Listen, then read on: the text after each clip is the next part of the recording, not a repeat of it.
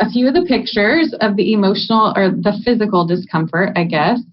I'm not in any of these pictures, but you can see on the left there that a lot of the time we were traveling, once we got to the facility, when we were making short trips, we were standing in the back of a big truck holding on to bars.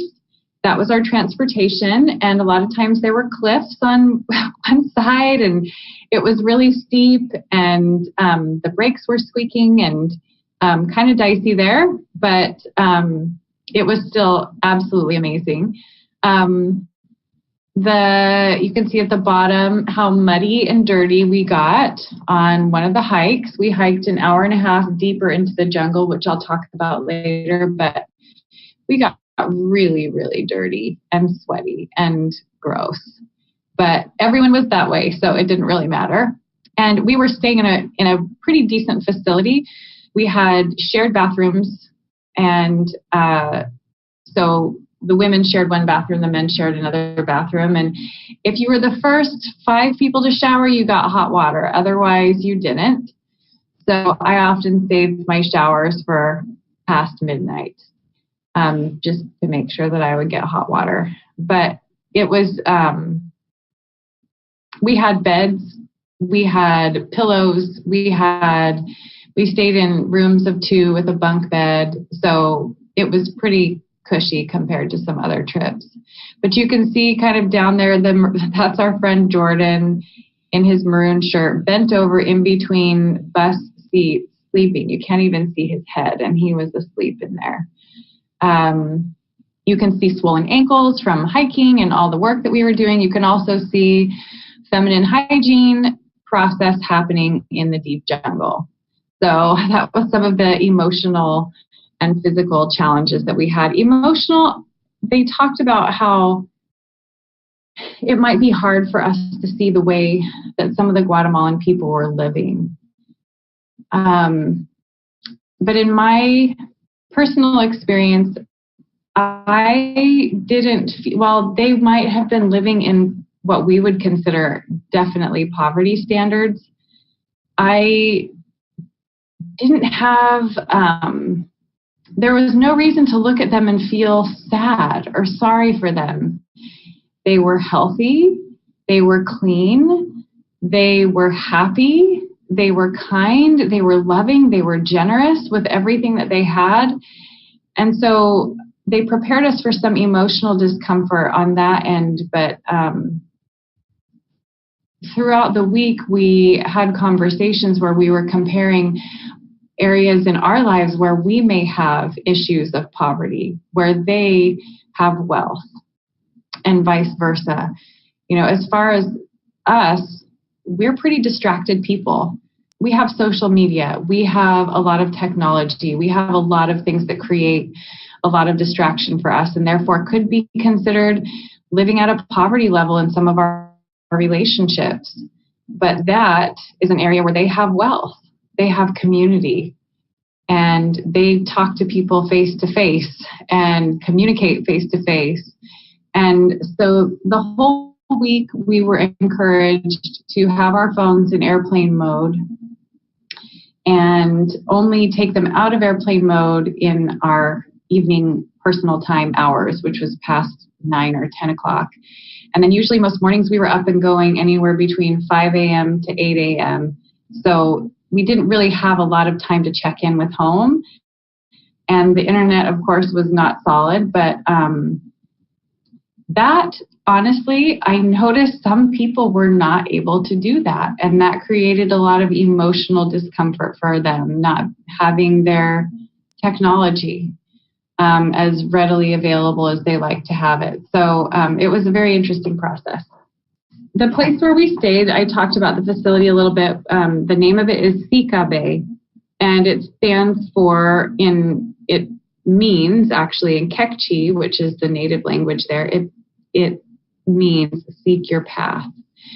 And so the picture here that I have is the picture from up in the dorms where we were staying, down the path down to where the kitchen and the eating area is, and areas where they actually farm a variety of different plants. We saw patchouli there. We saw melissa there. We saw coffee beans. Sorry, I almost said that in Spanish. Coffee. We saw chocolate.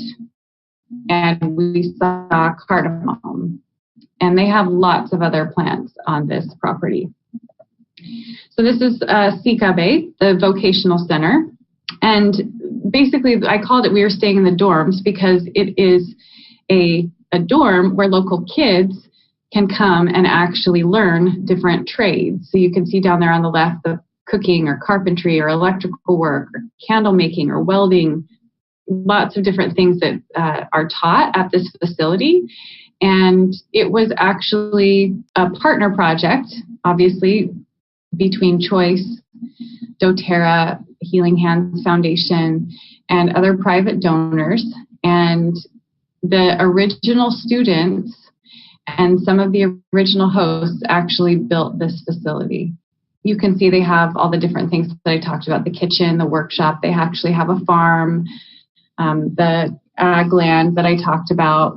The way that Choice and doTERRA approach projects like this and another project in the future that I'll discuss is they want to provide, obviously, the funds for these types of things and some of the materials for these types of projects, but they want the locals building these projects. They want the locals having their hands in every part of the process, because if you think about it, if a part of the building were to be in disrepair, or if the building needed work and doTERRA just came in with the money, came in with the materials, came in with a crew and just threw it up really quick, got it done, which would probably be faster and easier. If they did that and then they left and then there was a problem with the building, the people might feel like, oh, well, this is doTERRA's building. doTERRA should come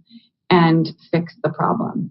When if they build it and they own the project, they own the facility, then it motivates them to care for it and they feel a sense of ownership for it. So this is where we stayed, and this is where students can come to learn these skills. And a lot of the students don't have the money to come and participate in a project like this. So once they get there, they will work on the grounds, or they will work in the kitchen, or they will work in various capacities to pay their way. And a lot of them, this is the first time they've ever slept in a bed. This is the first time they've had a pillow. This is the first time they've had clothing that was clean on a regular basis. This is like a luxury to them to stay here, and an incredible privilege.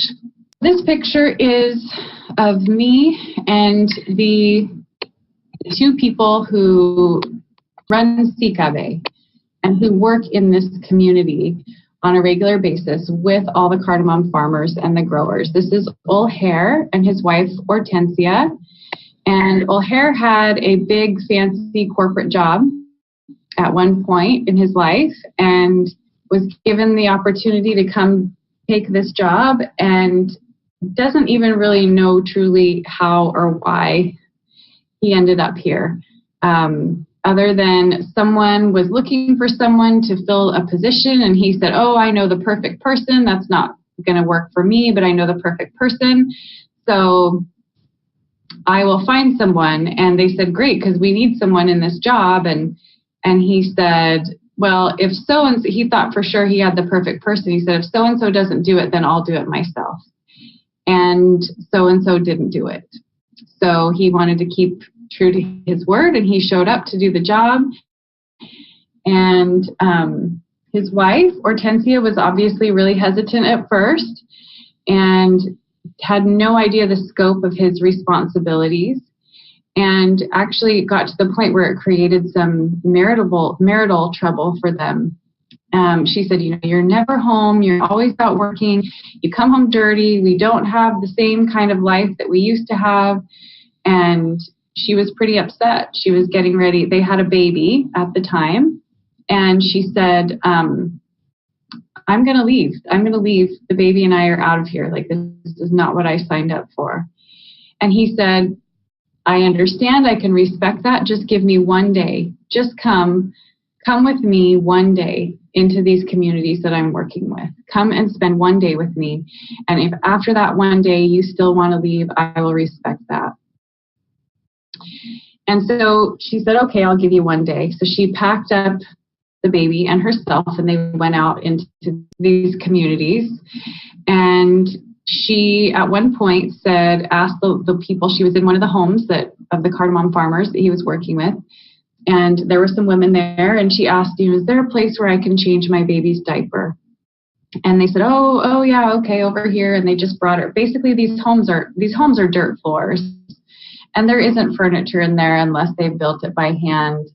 There aren't beds, there's hammocks, but they had a little place that they cleared off for her. And she laid the baby down and she took the diaper off. And she said, while she was changing the diaper, these women were just watching really intently. And then she wrapped up the dirty diaper and put the new one on. And she asked them, do you have a garbage can? Is there a place where I can put this? And these women were so fascinated with the idea of a diaper that they asked her, can we just have that? Can we wash that out? Can we clean it out and use it for our babies? Because that is a pretty amazing thing that you have. And they had no concept of diapers. And she said in that moment, she understood what her husband was doing. She understood the importance and the value that he was providing to these people by obviously not saying, well, let's do whatever it takes to get these people diapers, but she was saying these people need other options. They need a bed. They need XYZ. They need these things. And now I see the value in what my husband is doing, the way these people are living. And I was thinking I was living in bad conditions. Gosh, I don't even like saying the word bad, but you know what I mean. I thought I had it, my situation was difficult, but it isn't compared. So that was many years ago. And obviously she stayed, and they are absolutely adorable together, and they're incredible partners.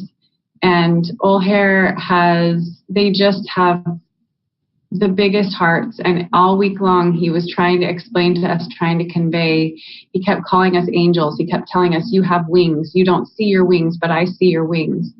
The difference that you guys make in the lives of the people in our communities is so unbelievably amazing.